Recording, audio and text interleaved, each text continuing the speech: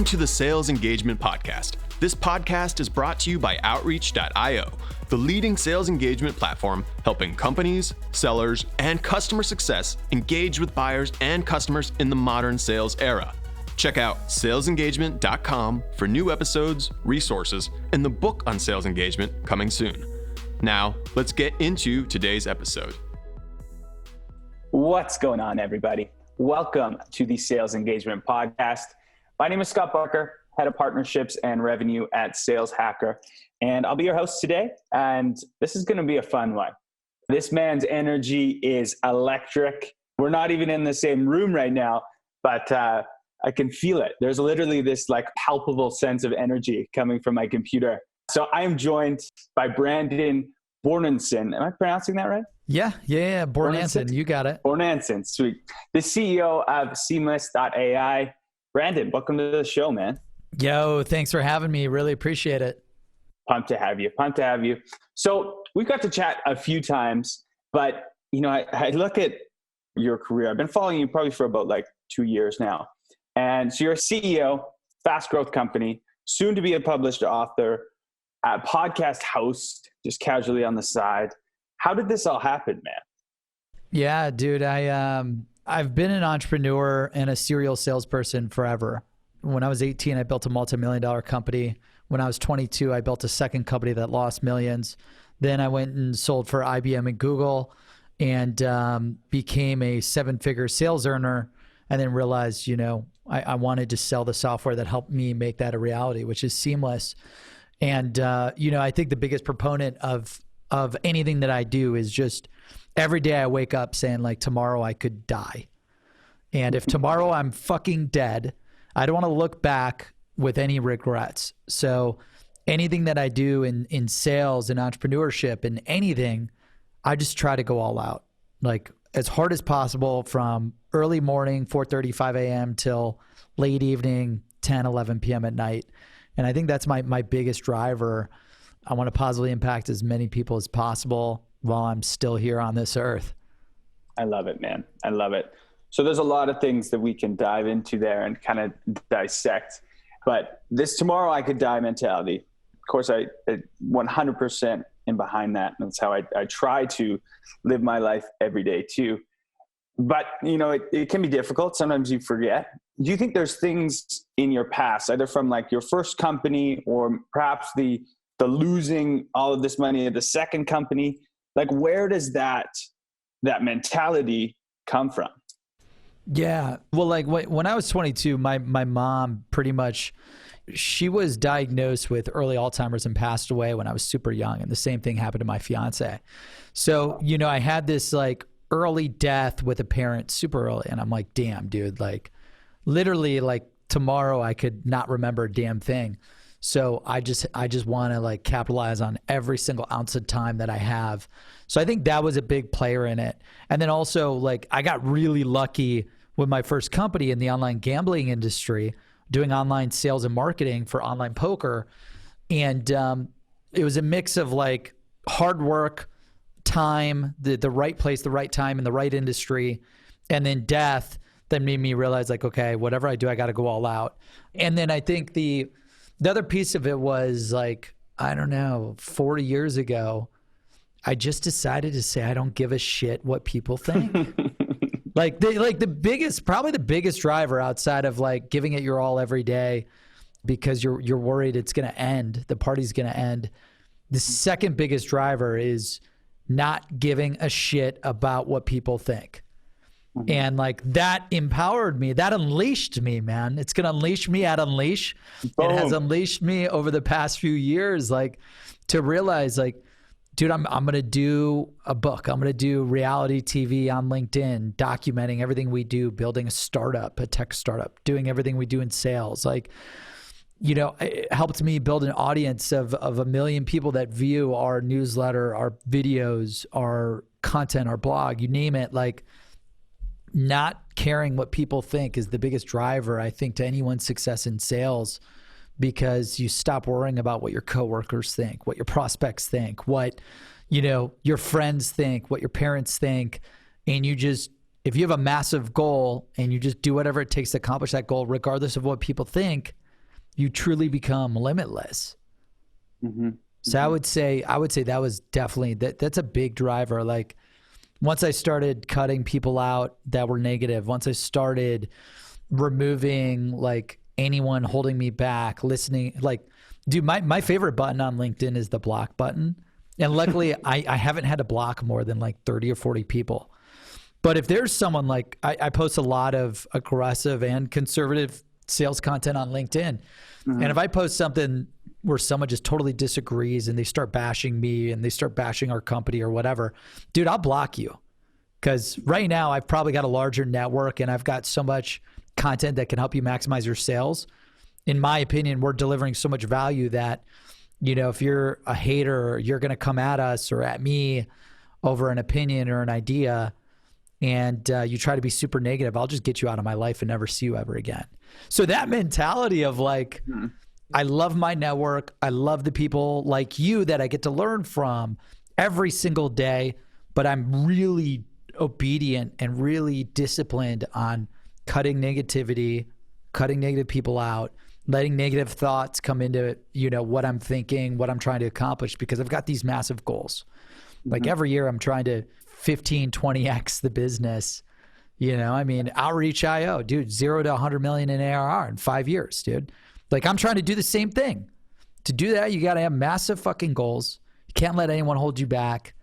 And that's really kind of part of my methodology of operation. Yeah. We're definitely chasing that 100 mil ARR. It's coming.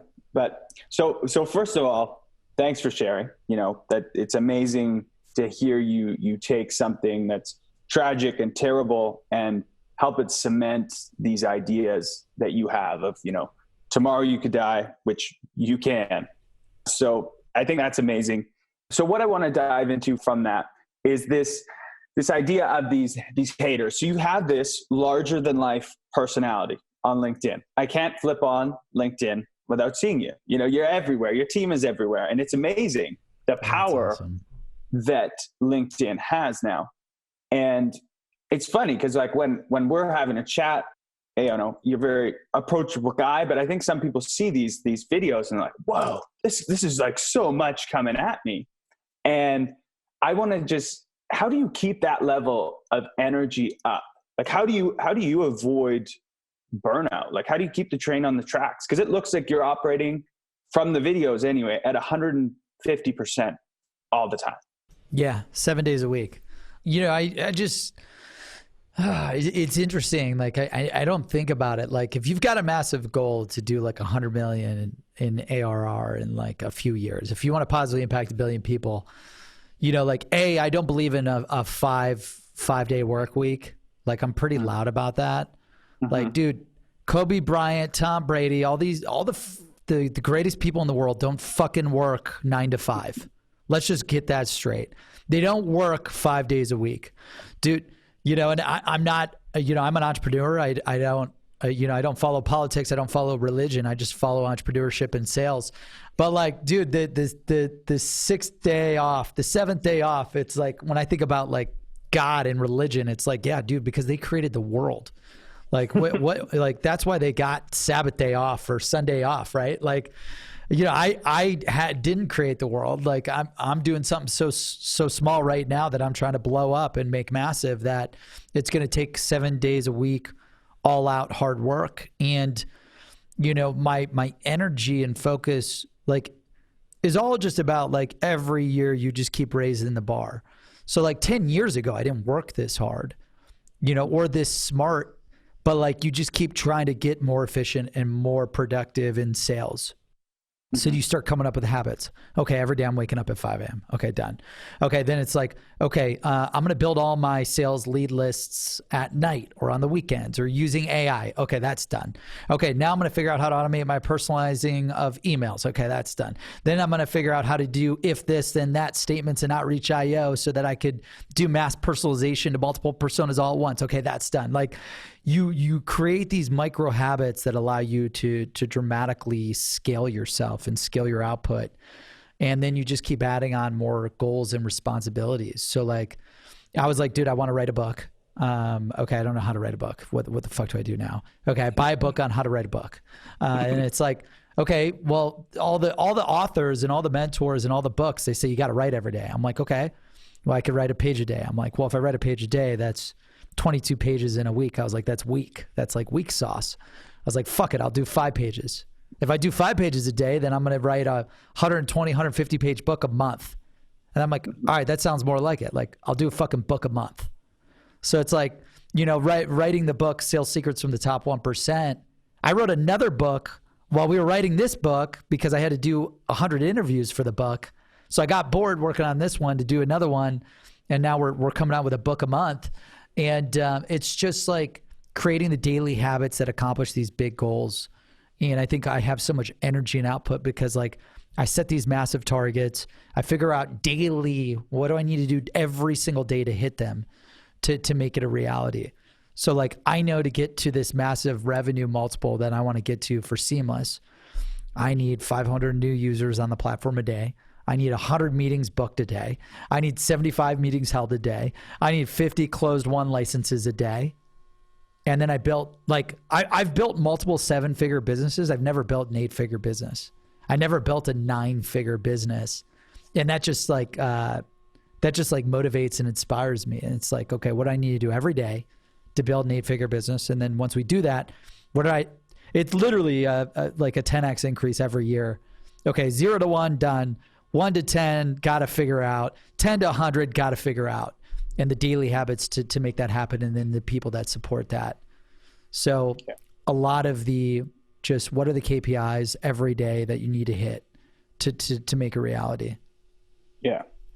So I love a lot about what you said there, because a lot of it is what I firmly believe in. So you have these massive, lofty goals, right? And you look, and on the surface, when you look at, you know, I want to impact 1 billion people.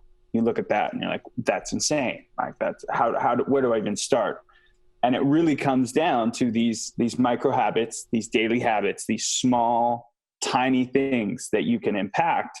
I have a ton myself. You know, I wake up at the same time every day. You know, I work out, I meditate, you know, all that stuff. A lot of things that I do. Awesome.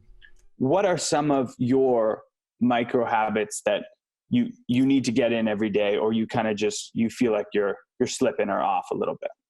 Yeah, I would say, you know, every day, okay, so let's go sales related and then non-sales related. Yeah. So like my goals are pretty simple. It's like 1, I want to positively impact 1 billion people. 2, I want to build $100 million business. And I think by positively impacting 1 billion people, we could build a $100 million business. 3, I want to get down to 5% body fat. 4, I want to be the world's best husband, and I'm not married yet, but I do have a fiance. Like the world's #1 best husband. Like, you know, so like these goals are like a little crazy, right? How can I even rank myself as the #1 husband in the world? I don't even know like the attributes for that. You know, 5% body fat's just stupid. But like you come up with these massive goals and you're just like, okay, like what if I could do that? So the billion positively impacted, you know, like one of the ways that we know that we could do that is by growing our LinkedIn following to 1 million people. So one of the things that I told my marketing team, you know, I was like, don't screw with any other social media platform. I was like, it's so easy to worry about all these different channels and all these different things. It's like, our audience are salespeople and marketers that leverage Seamless.ai. You know, they all live on LinkedIn. We're going all in on LinkedIn 24/7. Like if I could have a live stream, you know, reality TV show on LinkedIn, that like we want to do that. And you know, the LinkedIn Live is coming out, so we're dying to get access to it. So like, you know, our habit is let's grow our network to 1 million people on LinkedIn. That's one of them, to positively impact 1 billion people. And then every day, let's post valuable content that helps salespeople, marketers, entrepreneurs, and recruiters maximize their potential. So we've committed to doing at least 10 custom pieces of content on LinkedIn every day. You know, for sales, every day we're researching at least 1,000 leads minimum. It's more like, you know, 25 to 50,000 that are getting loaded into CRM every day. For my sales team, like every day you filling the funnel in advance with all the sales leads that you need to sell to. Every day doing the X amount of emails, the Y amount of calls, the Z amount of invites. Another habit that I personally developed was adding 100 people to my network on LinkedIn a day. So I'll find all, the top VPs, directors, sales development people, and I'll connect with them. Like every day I wake up and I add 100 new people to my network. Now I'm about to personally cap out at the dreaded 30,000 mark this week. I think I already did. So I won't be able to add anyone anymore, which pisses me off. But like last year I had like 5,000 connections. And then you do the daily habit. Dude, if I did 100 new connections a day, there's 365 days a year. You're talking 36,500 connections. Yeah. I should have did that 10 years ago. Yeah. Let's talk about that quickly. So this is something that I'm hovering still around, I think it's like 7,000 or something around there. And so I don't probably put enough time into, connecting with people. Are you using any sort of automation? Are you personalizing these things, or are you just kind of getting this done? Yeah, no. So I don't use automation just because I know LinkedIn doesn't like it.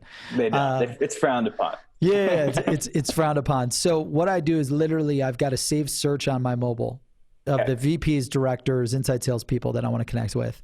And I go city by city. I kind of use the social network approach of like, hey, if it wasn't on this campus, we'll do this campus and then we'll break in that way. So like I just do the titles that I want to connect with, the people that I want to connect with. I do largest city to smallest city. And I'll add 100 people in the largest city, New York City, with those titles. Then I'll go to the next city, LA, San Francisco. Like I go then down. you have shared connections between the two, right? Then a bunch of people in New York see they connected with Brandon, and then that blows up in New York, and then I move to the next city. So every day I do a new city, 100 connections in that city for all the ideal personas that I want to connect with, because my goal is to connect with as many salespeople and marketers as possible to share great content to help them, but also to learn, like, what do they want? What do they need? To do product development at Seamless and all that jazz. So that was one of the approaches. The 100 connections a day blew up my personal network. Yeah. And then posting 10 to 40 times a day probably helps too. probably something there. So I'm a big proponent of LinkedIn, big proponent of social, but I hear it, all the time from typically more seasoned vets in sales. They always want to quantify every little thing they're doing, or they're trying to directly sell on LinkedIn, which doesn't work. For those people, maybe not those people or organizations that aren't maximizing social to its fullest extent, what would you say to them? Yeah, and this is where I take a different approach.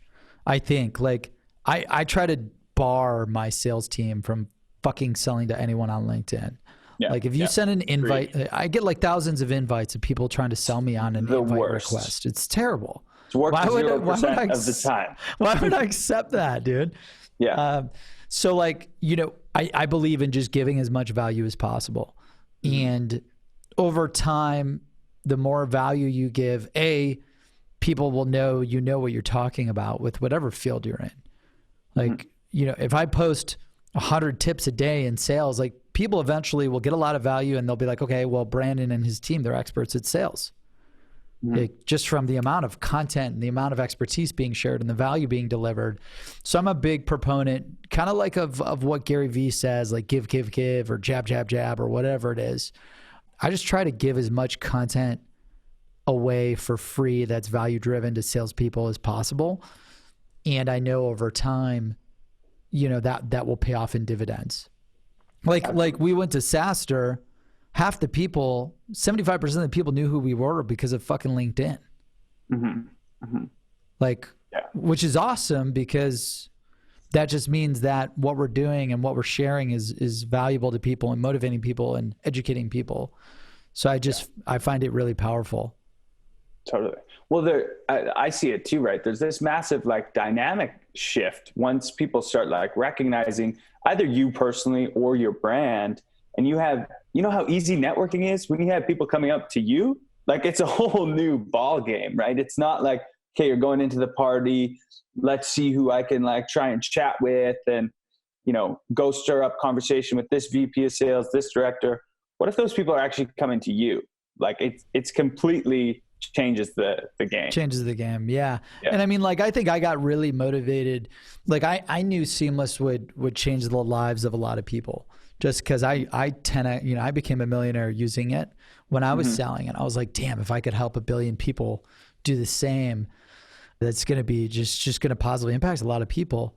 And you don't start a business when you're making that type of money to make more money. You would be stupid because starting a company is terrible. It's just, you'll make 10x less. You'll work 10 times harder.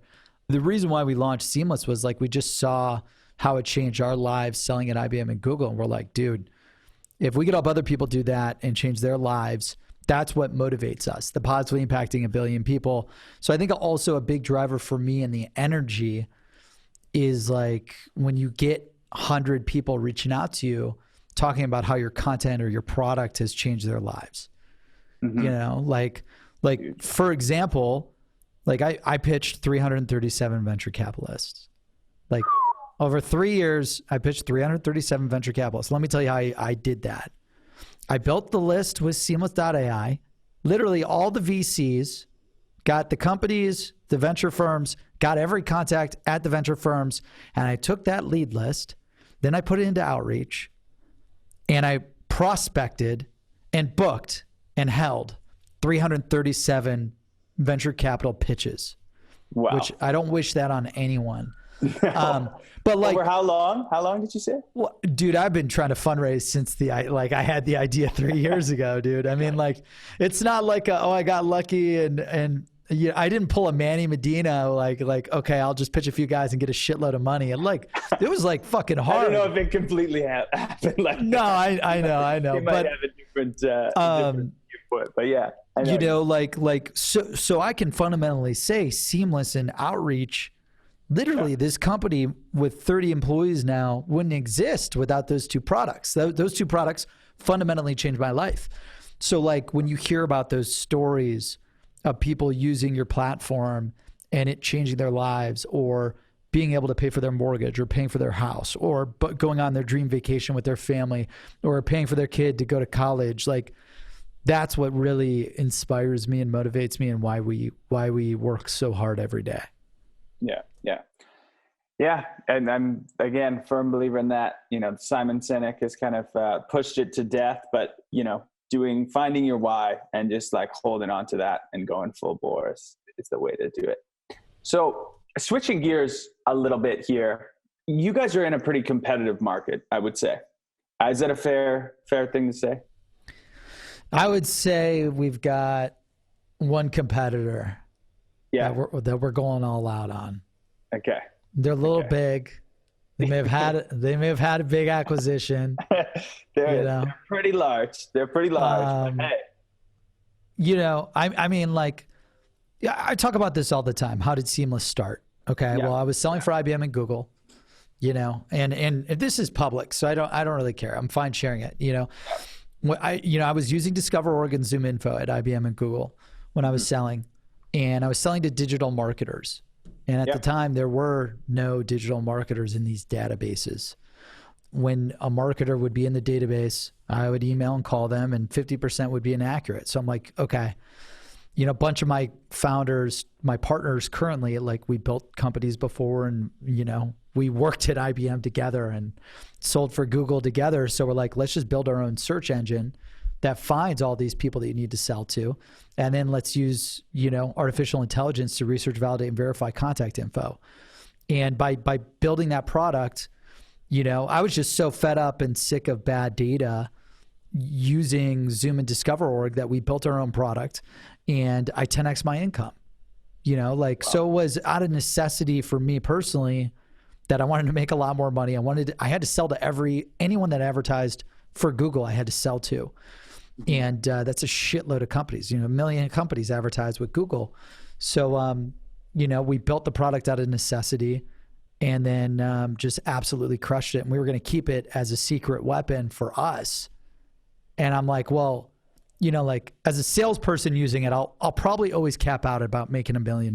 Like, If you make anything more than that, the chairman, the CEO, everyone's going to like say like you're making way too much money, and they're going to change your comp. They're going to change your comp. They're going to change your comp. Yeah. And like the conversation's already started about changing my comp because I was paid higher than most of the people that I worked with. So I was like, okay, they're going to change my comp. Then I'm going to have to switch jobs and all this other jazz. I was like, I'm just going to start building this platform full time and give it to everyone.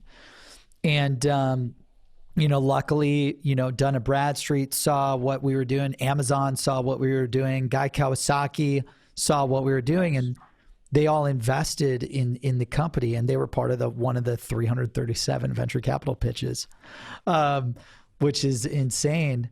So when it comes to competitive landscape, like, I only see one competitor, and we do things different. Using AI and real-time searching, where we are heavily against databases. We hate databases. We hate all data. So, we feel that although the data market could be crowded, this is a new real-time way to research your total addressable market, contact your total addressable market. But it's like a really big, hard problem to solve. Yeah. You're building like the Google for people and companies, and we've been working on building that for 4 years. Yeah, that's awesome. And so that makes sense. So you clearly but the sounds of it, you have this, this product edge a little bit. But what can be the most difficult part is really educating, the whole market, on that differentiation. So how do you think your team and yourself engages with the market differently than, let's say, your competitors? Yeah, it's very similar to how Salesforce did it when they were going up against Siebold. Mm-hmm. It was like no software, and like, Behind the Cloud, amazing book. You got to read it if you haven't read it. Yeah, it's an awesome book. I keep tagging Mark Benioff in like all my LinkedIn posts now because I want. No love yet. I tag Mark and I tag Larry Ellison because I want both of them to invest in Seamless. They haven't gotten back to me yet, but next year we'll be on a podcast and they will have. Yeah, dude, we'll get in front of them. So we do things very much like Salesforce did back in the day, where it's like, this is a real-time search engine and a real-time AI engine that researches, validates, and verifies everyone that you need to sell to instantly in real time. It's not a database. We don't believe in databases. We don't believe in bad data. We don't believe in missing 90% of your total addressable market. So like for us, it's pretty easy of like the comparison of using the Yellow Book and then using Google. It's very similar to that. You've got this database and then you've got this real-time search engine. So the market gets it pretty quickly.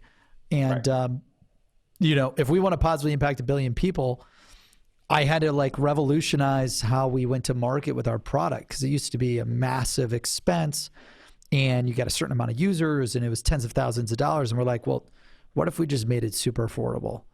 Like $100 a month per user, unlimited sales leads. So we built this amazing product. We made it, we democratized it and priced it very cost effectively because we want to positively impact 1 billion people. We want any sales professional in the world using it. And I think that the technology plus the pricing plus the marketing and the sales team using Seamless and outreach and what else do we use? That's really it. That's all we need. And my books, my sales script books, we've built our second multi-million-dollar business, and we haven't positively impacted 1 billion people yet, but we're working really hard to make that happen. That's awesome. Yeah, there's a lot of comparisons there to what Salesforce did, right? Like they came out with like freemium before freemium was a thing, because they believed so much in their product. There was like, we just need to get this in people's hands, and then it's game over. And you guys kind of have not so much the freemium, but a very attainable price, right? Like anyone can make that happen. We followed, behind the cloud and their whole approach. Like, so we do offer freemium, like anyone can sign up and use Seamless for free. And then you'll hit a cap of like the amount of people that you could research. And then you'll have to upgrade if you want to keep using it. And, it's funny because like Salesforce, like they did the free, you basically got up to 2 users or whatever for free. Then they had to switch to a paid subscription. Then they had to switch from month to month and annual to only annual. So like it's funny as they go up market, like you see just the same evolution with Seamless. It's like, okay, yep, now we're about to do the next same thing that Salesforce had to do, and the next thing and the next thing. And it's fun to like learn and go through all of that. It's exhausting, but it's a lot of fun. Yeah, you gotta love it, or you're gonna be crying every day, you know. So I love it. So as we kind of wrap up here, I'm gonna keep this intentionally vague.